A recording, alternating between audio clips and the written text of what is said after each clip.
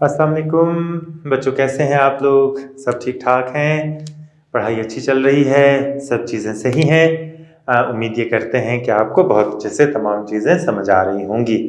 आज हम आगे बढ़ेंगे। पिछली वीडियो में हमने ये देखा था कि हरारत मखसूसा क्या है। हरारत मखसूसा के बारे में हमने पढ़ा था कि हरारत की वो मिकदार जो 1 किलोग्राम जिस्म में 1 केल्विन टेम्परेचर का फ़र्क लाने के लिए दरकार होती है, उसे हम हरारत मखसूसा कहते हैं। हरारत मखसूसा, हरारत की वो मिकदार जो किसी जिस्म में 1 केल्विन टेम्परेचर बढ़ाने के लिए दरकार होती है, उसे हम हरारत मखसूसा कहते हैं। हमने ये पढ़ा था कि इसको C के ज़रिए ज़ाहिर किया जाता है और इसका जो फार्मूला है वो था हमारे पास C बराबर है Q बटे M डेल्टा T। इसमें जो Q थी वो हरारत थी, M जो था वो जिस्म का मास था, डेल्टा T जो था वो टेम्परेचर के फ़र्क को हम जाहिर कर रहे थे। ये हमने हरारत मखसूसा के बारे में पढ़ा था। अब ये हरारत मखसूसा जो है वो बहुत अहमियत की रखती है। वो इसलिए कि जो पानी की है वो 4186 जूल फी किलोग्राम फी केल्विन है। पानी की जो हरारत मखसूसा है वो 4186 जूल फी किलोग्राम है। ये इतनी ज़्यादा जो है ये पानी की हरारत मखसूसा है। तो इसकी जो इतनी ज़्यादा हरारत मखसूसा है ये बहुत ज़्यादा अहमियत की हामिल है। होता यह है कि जो साहिली इलाके हैं, जैसे फ़र्ज़ कर लें ये समंदर है और ये समंदर के साथ ये वाला जो इलाका है ये साहिल है। ये साहिल है और ये समंदर है। ये जो इलाका है ये समंदर है। ये ज़मीन है, ये ज़मीन है और यहाँ पर ये क्या है? पानी है। होता यह है कि जब दिन निकलता है, सूरज निकलता है, तो क्या होता है कि ये पानी जो है इसकी हरारत मखसूसा ज़्यादा है। जबकि ज़मीन की हम मिट्टी की जब हरारत मखसूसा देखते हैं, आपकी किताब में सफ़ा नंबर 190 के ऊपर जो रेत की या मिट्टी की हम देखते हैं, खुश्क मिट्टी की, वो 920 जूल फी जो है वो केल्विन है। 920 जूल फी किलोग्राम फी केल्विन। यहाँ पर पानी की है 4186 जूल फी किलोग्राम फी केल्विन।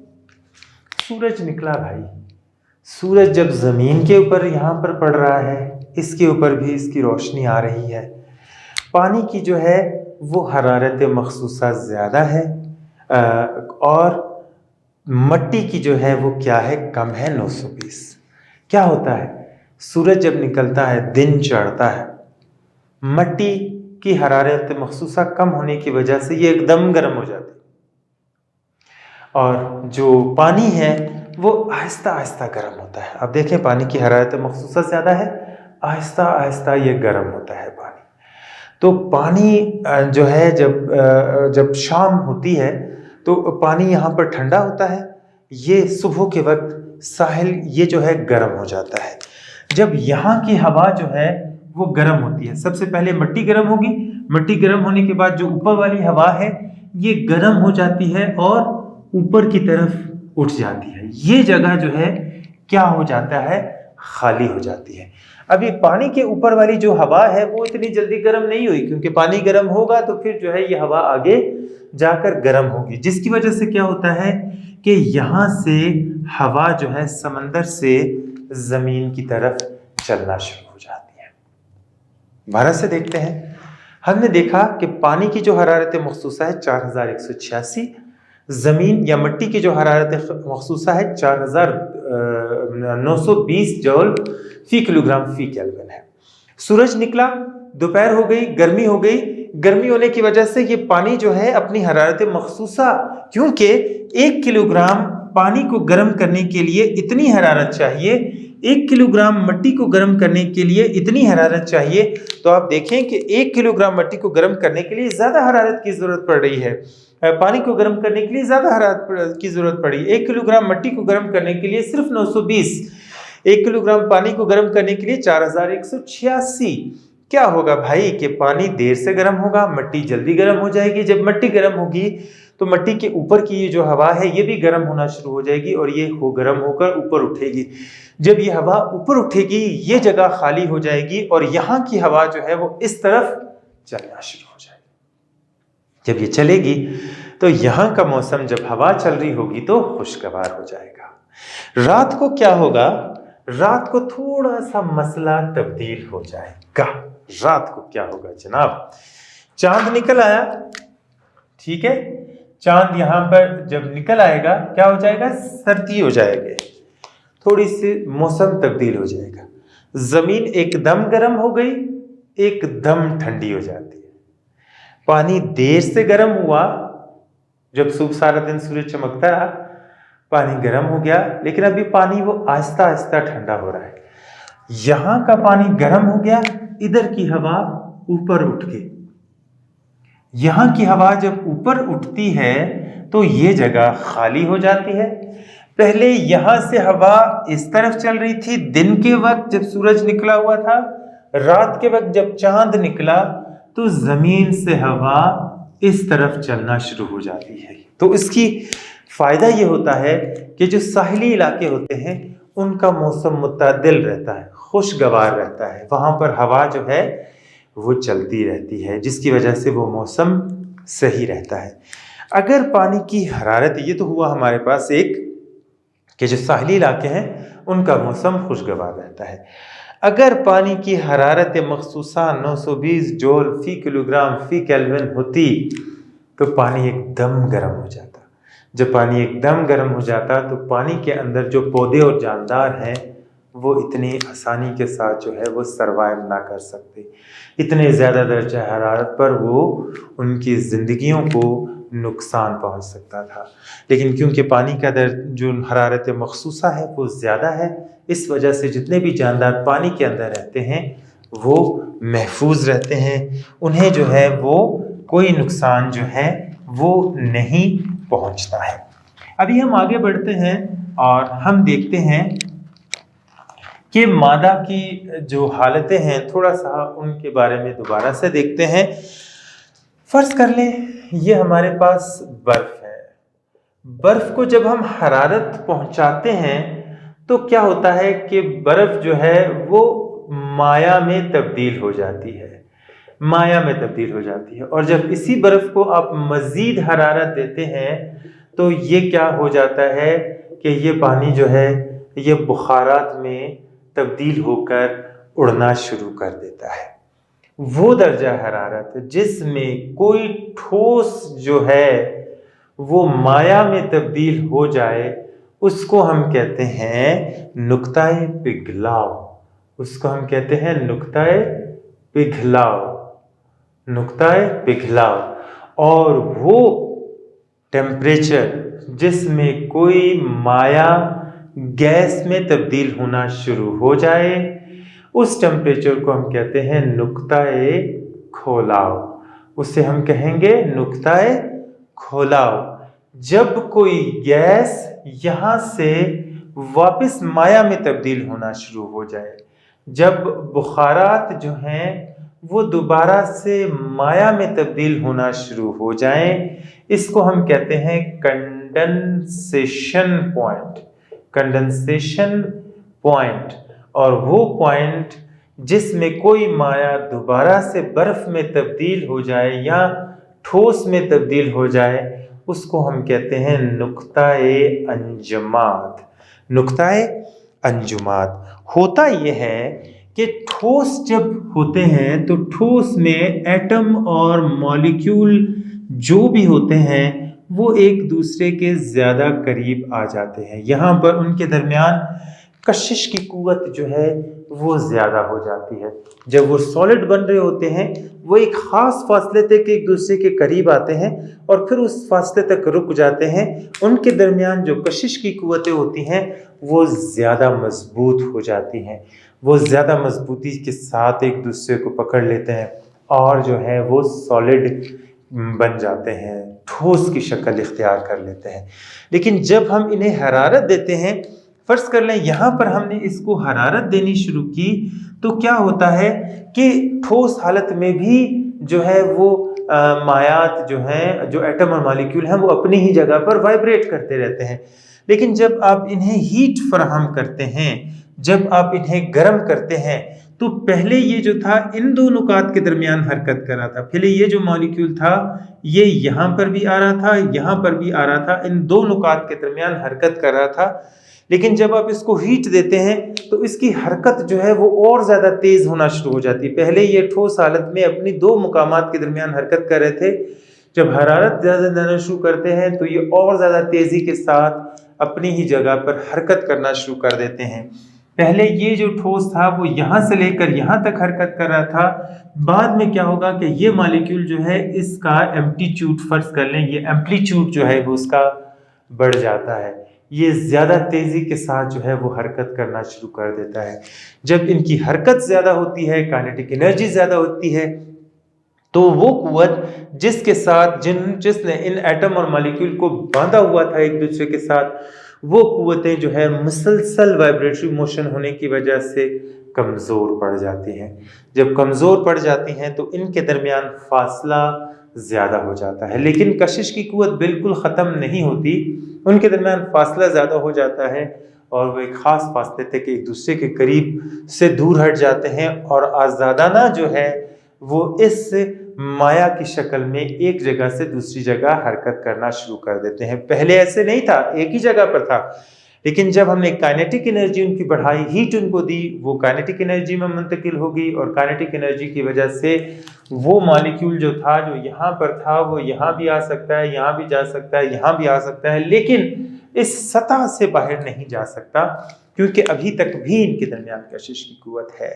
जब हम इसे मज़ीद हीट देते जाते हैं, हीट इसे बहम पहुँचाते रहते हैं, तो क्या होता है कि एक जगह पर इनके दरमियान कशिश की कुव्वत इतनी कमज़ोर पड़ जाती है कि ये जो नीचे वाला मॉलिक्यूल है, ये फ़र्ज़ कर लें ये नीचे वाले मॉलिक्यूल हैं, इन्होंने इस ऊपर वाले मॉलिक्यूल को पकड़ा हुआ है, ये साइड वाले मॉलिक्यूल ने भी पकड़ा हुआ है और इसको जाने नहीं दे रहे हैं, इनके दरमियान कशिश की कुव्वत है।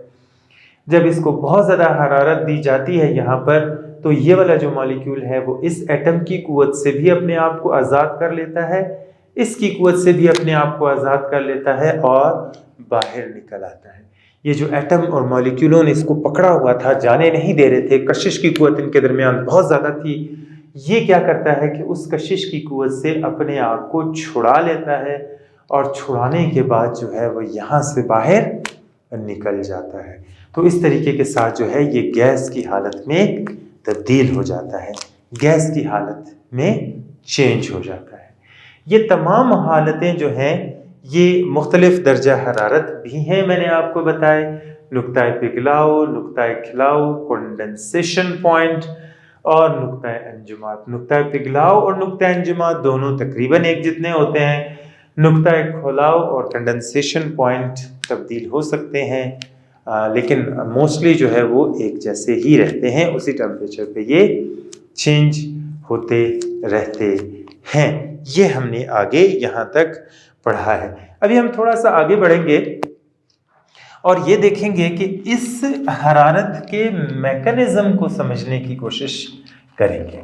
तो आगे हम पढ़ते हैं और एक और चीज़ के बारे में हम यहाँ पर देखेंगे, पढ़ेंगे, और वो है पिघलाव की हरारत मख्फी। पिघलाव की हरारत मख्फिया, इसको हम कहते हैं latent heat of fusion. English में जो हम इसके लिए लफ्ज़ इस्तेमाल करते हैं वो कहते हैं लेटेंट हीट ऑफ फ्यूजन। जी, इसके मुतालिक हम यहाँ पर पढ़ेंगे, समझने की कोशिश करेंगे। फर्ज कर ले हमारे पास ये बर्फ़ के टुकड़े हैं, हमने बर्फ़ की छोटी छोटी क्यूब्स ले ली और इन बर्फ़ की क्यूब्स के अंदर हमने यहाँ पर एक थर्मोमीटर लगा दिया, यहाँ पर हमने एक थर्मामीटर जो है वो इसके दरमियान लटका दिया और थर्मामीटर लटकाने के बाद जो है हम इसका दर्जा हरारत 0 डिग्री सेंटीग्रेड पर नोट कर रहे हैं।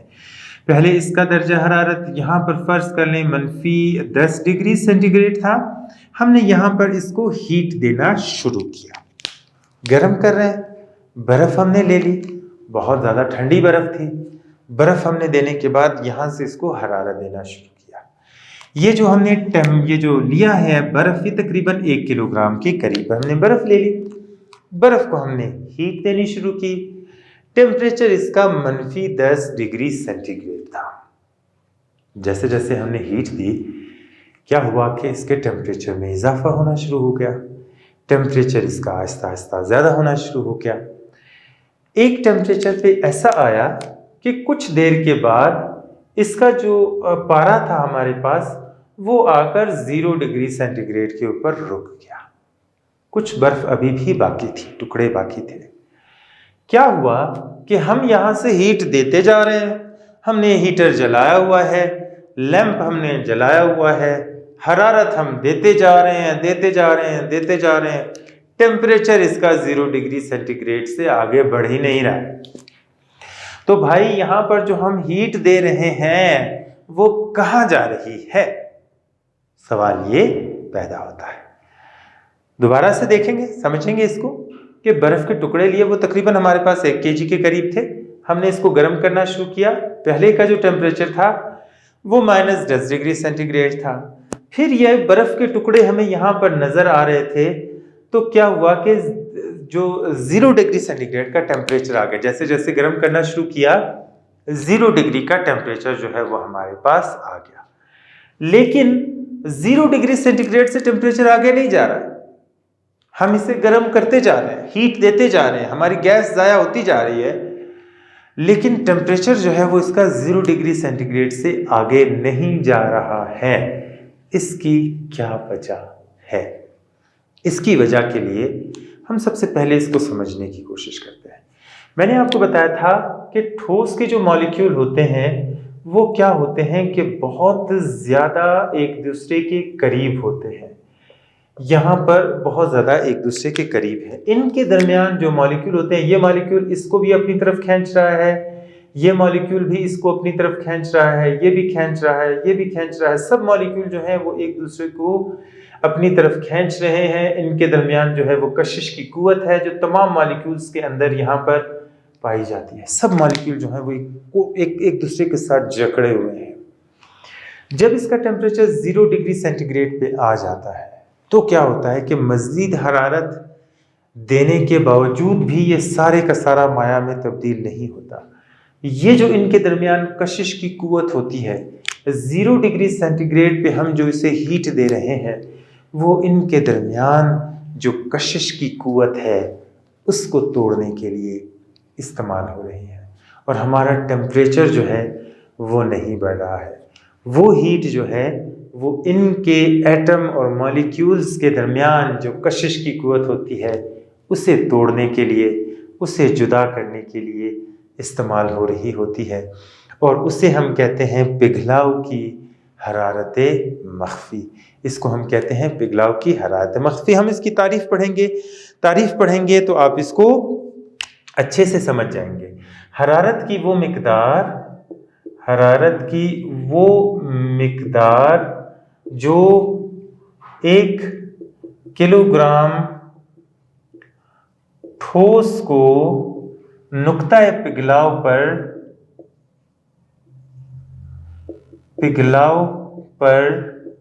टेम्परेचर को बढ़ाए बगैर ठोस को माया में तब्दील करने के लिए दरकार हो, उसे हम पिघलाव की हरारत मख्फी कहते हैं। तारीफ की तरफ बढ़ते हैं, तारीफ को समझते हैं। हरारत की वो मिकदार जो 1 किलोग्राम ठोस को नुक्ता पिघलाव पानी का क्या है? 0 डिग्री सेंटीग्रेड है, ठीक है। मिकदार कितनी है? 1 किलोग्राम है। 1 किलोग्राम ठोस को नुक्ता पिघलाव पर टेम्परेचर को बढ़ाए बगैर, अभी टेम्परेचर यहां पर 0 डिग्री सेंटीग्रेड है, बढ़ नहीं रहा है, टेम्परेचर उसी 0 डिग्री सेंटीग्रेड पर कायम है, लेकिन हरारत हम बाकायदा तौर पर दे रहे हैं, हरारत हम देते जा रहे हैं उसको। वो हरारत की मिकदार जो 0 डिग्री सेंटीग्रेड पर ठोस को मुकम्मल तौर पर माया में तब्दील करने के लिए दरकार होगी, उस तवानाई को, उस हरारत को हम कहेंगे पिघलाव की हरारत मख्फी। हरारत की वो मिकदार जो 1 किलोग्राम ठोस को या यूनिट मास को, यूनिट मास का लफ्ज भी इसको इस्तेमाल कर सकते हैं, क्योंकि 1 किलोग्राम जो है वो यूनिट मास के बगैर है। आपकी किताब में शायद ये तारीफ यूनिट मास का लफ्ज इस्तेमाल हुआ है। जो 1 किलोग्राम ठोस को नुक्ताए पिघलाव पर टेम्परेचर को बढ़ाए बगैर ठोस से माया में तब्दील करने के लिए दरकार होती है, उस हरारत को हम हरारत मख्फी कहते हैं। उस हरारत को हरारत मख्फी कहा जाता है। इसकी जो अलामत है हमारे पास, इसकी अलामत है latent heat of fusion. H से मुराद हीट, F से मुराद फ्यूजन। तो ये हरारत की पिघलाव की हरारत मख्फी या लेटेंट हीट ऑफ फ्यूजन जो है हम इसे कहते हैं।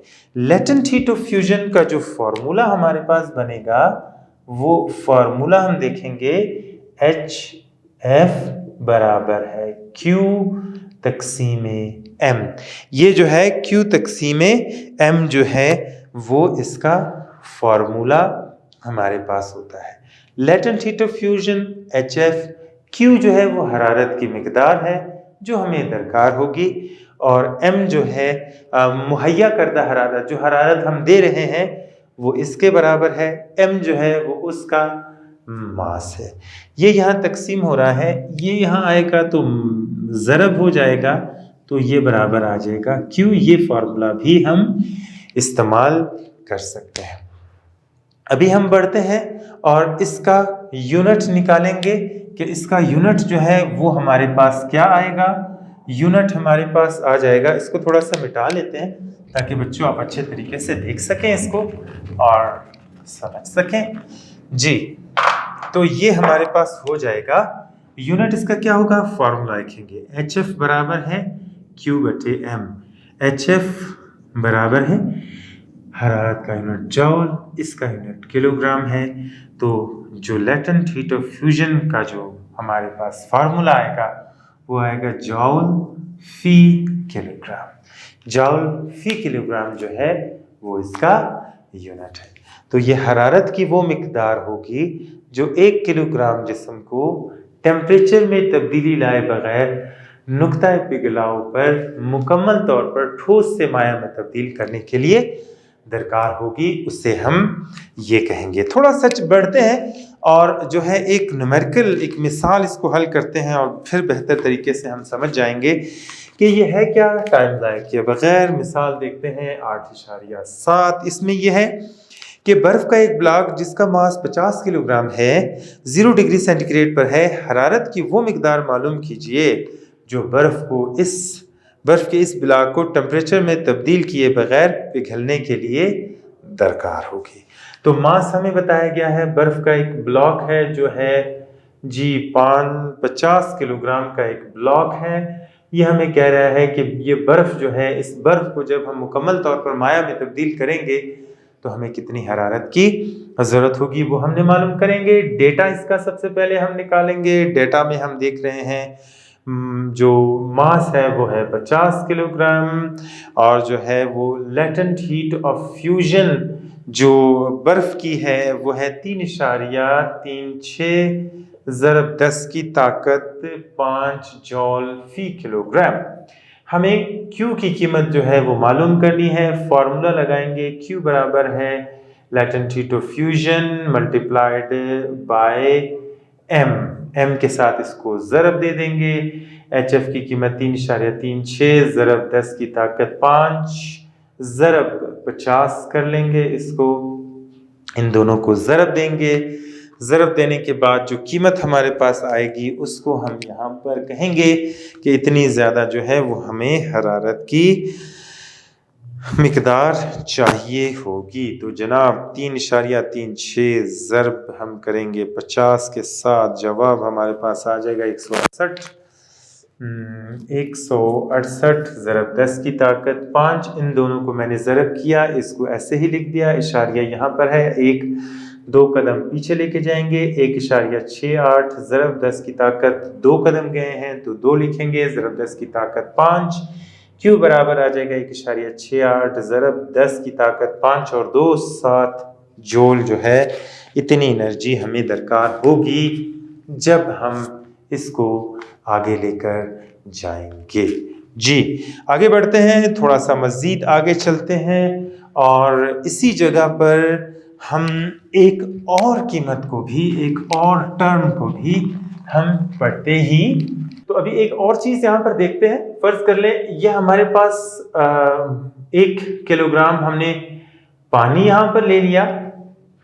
पानी लेने के बाद हमने यहाँ पर थर्मामीटर लगाया हुआ है, जो थर्मामीटर हमें यहाँ पर रीडिंग दे रहा है 100 डिग्री सेंटीग्रेड की पानी को, और यहाँ पर है फर्ज कर लें 70 डिग्री सेंटीग्रेड। हमने यहाँ पर इस पानी को गर्म करना जनाब शुरू कर दिया। ठीक है, हमने इसको यहाँ पर हीट देना शुरू किया, गर्म कर रहे हैं, हीट दे रहे हैं, पानी को गर्म हो रहा है। पानी 70 डिग्री सेंटीग्रेड से टेम्परेचर इसका 100 डिग्री सेंटीग्रेड तक चले जाता है। जैसे जैसे गर्म करते जाते हैं 100 डिग्री सेंटीग्रेड पे आता है, पानी बॉयल होना शुरू हो जाता है। जब पानी उबलना शुरू कर देता है, खौलना शुरू कर देता है, तो इसका टेम्परेचर 100 डिग्री सेंटीग्रेड है। अभी 100 डिग्री सेंटीग्रेड पे हम देख रहे हैं कि यहाँ से भाई हम बार बार हरारत देते जा रहे हैं, गर्म करते जा रहे हैं, हमारा पानी गैस जो है वो ज़ाया होता जा रहा है। स्प्रिट लैंप लगाया है या गैस लगाया है, वो ज़ाया होता जा रहा है, हो रहा है, लेकिन टेम्परेचर इसका 100 डिग्री सेंटीग्रेड से आगे जाता ही नहीं, टेम्परेचर बढ़ता ही नहीं, टेम्परेचर उसी 100 डिग्री सेंटीग्रेड पे है, टेम्परेचर जो है वो ऊपर की तरफ नहीं जा रहा। तो भाई जो हम हीट दे रहे हैं वो हीट कहाँ जा रही है, सवाल ये पैदा होता है। और सवाल वैलिड भी है कि यहाँ पर हम हीट देते जा रहे हैं, टेम्परेचर 100 डिग्री सेंटीग्रेड से आगे हट ही नहीं रहा है टेम्परेचर, तो फिर ये हरारत जा कहाँ रही है, ये हरारत किस तरफ जा रही है, वो हरारत जो है किस लिए इस्तेमाल हो रही है। फर्ज कर लें ये बीकर की सतह है और इस बीकर की सतह के ऊपर ये एटम और मॉलिक्यूल जो हैं वो यहाँ पर मौजूद हैं। हर एटम ने दूसरे एटम को अपनी तरफ खींचा हुआ है यहाँ पर, और क्या है कि ये वाले भी, नीचे वाले ने भी इसको खींचा है, ये भी इसको खींच रहा है। ये सब जो है इन्होंने इन मॉलिक्यूल को जो है वो पकड़ा हुआ है, एक दूसरे के साथ कशिश में रखा हुआ है, जाने नहीं दे रहे हैं। जब 100 डिग्री सेंटीग्रेड पे आप हरारत इसको फराहम करते हैं तो क्या होता है कि ये जो इनके दरमियान कशिश की कुव्वत है, ये मॉलिक्यूल इसको तोड़कर इस कशिश से दूर जाकर यहाँ पर निकल जाता है। जब ये यहाँ पर जा रहा है, ये मॉलिक्यूल भी निकल गया, ये भी निकल गया यहाँ से। तो वो हरारत जो आप यहाँ पर इसको दे रहे हैं वो इसमें मुंतकिल हुई और ये वो हरारत अपने साथ लेकर जा रहा है। ये वो हरारत जो है, हरारत की मिकदार अपने साथ लेकर जो है ये चले गया है यहाँ पर। इसको हम कहते हैं वो हरारत की वो मिकदार जो हम इस 1 किलोग्राम पानी को मुसलसल फराहम करते जाएंगे, इसके नुक्ताए खुलाव पर उस हरारत को हम क्या कहेंगे, बुखारात की हरारत मख्फी, उसको हम कहेंगे बुखारात की हरारत। ये हमने पढ़ा था पिघलाव की हरारत मख्फी, अभी हम पढ़ेंगे बुखारात की हरारत मख्फी, या इसको हम कहते हैं latent heat of vaporisation. Vaporisation, latent heat of vaporisation. Time ज़ाया किए बगैर जल्दी से बढ़ते हैं और इसकी तारीफ सबसे पहले पढ़ते हैं, फिर हम वापस इस मिसाल की तरफ आएंगे। तो इसकी तारीफ कुछ यूं है कि हरारत की वो मिकदार, हरारत की वो मिकदार जो 1 किलोग्राम माया को नुक्ताए खोलाव पर टेम्परेचर बढ़ाए बगैर माया से गैस में तब्दील करने के लिए दरकार हो लेटेंट हीट ऑफ वेपोराइजेशन कहते हैं। देखिए सिमिलरिटी कितनी है दोनों।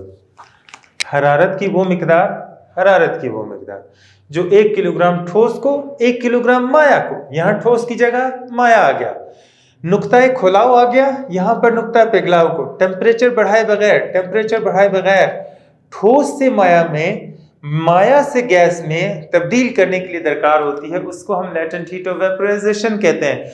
तो भाई अगर एक को याद कर लोगे दूसरे को याद करना आसान हो जाएगा, एक को समझ लोगे दूसरे को समझना आसान हो जाएगा।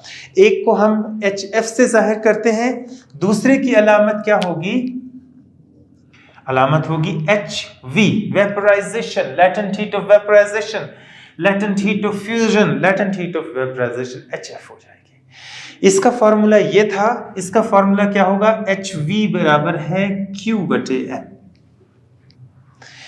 इसका यूनिट हमारे पास था जूल फी किलोग्राम, इसका यूनिट भी जूल फी किलोग्राम होगा। कैसे? जूल फी किलोग्राम बराबर आ जाएगा जूल फी किलोग्राम, दोनों का यूनिट भी एक जैसा है। तो अगर एक चीज आपको समझ में आ जाती है, दूसरी चीज को समझना बहुत आसान हो जाता है, दूसरी चीज जो है वो आप आसानी के साथ समझ लेंगे। तो यहां पर जब हमने 1 किलोग्राम पानी लेंगे, इसका टेम्परेचर 100 डिग्री सेंटीग्रेड से आगे नहीं जाएगा जब तक कि सारे के सारा माया जो है वो गैस में तब्दील ना हो जाए। जब सारे का सारा 1 किलोग्राम माया जो है वो गैस में तब्दील हो जाएगा, तब इसका टेम्परेचर जो है वो आगे बढ़ने के चांसेस हैं, वरना नहीं है। तो हरारत की वो मिकदार जो 1 किलोग्राम माया को नुक्ताए खोलाव पर 100 डिग्री सेंटीग्रेड पर पानी के केस में टेम्परेचर को बढ़ाए बगैर गैस से माया से गैस में तब्दील करने के लिए दरकार होगी, उस हीट को हम लेटेंट हीट ऑफ वेपोराइजेशन कहेंगे। ठीक है, उम्मीद है आपको बहुत अच्छे से समझ आया होगा। हम थोड़ा सा इसके हवाले से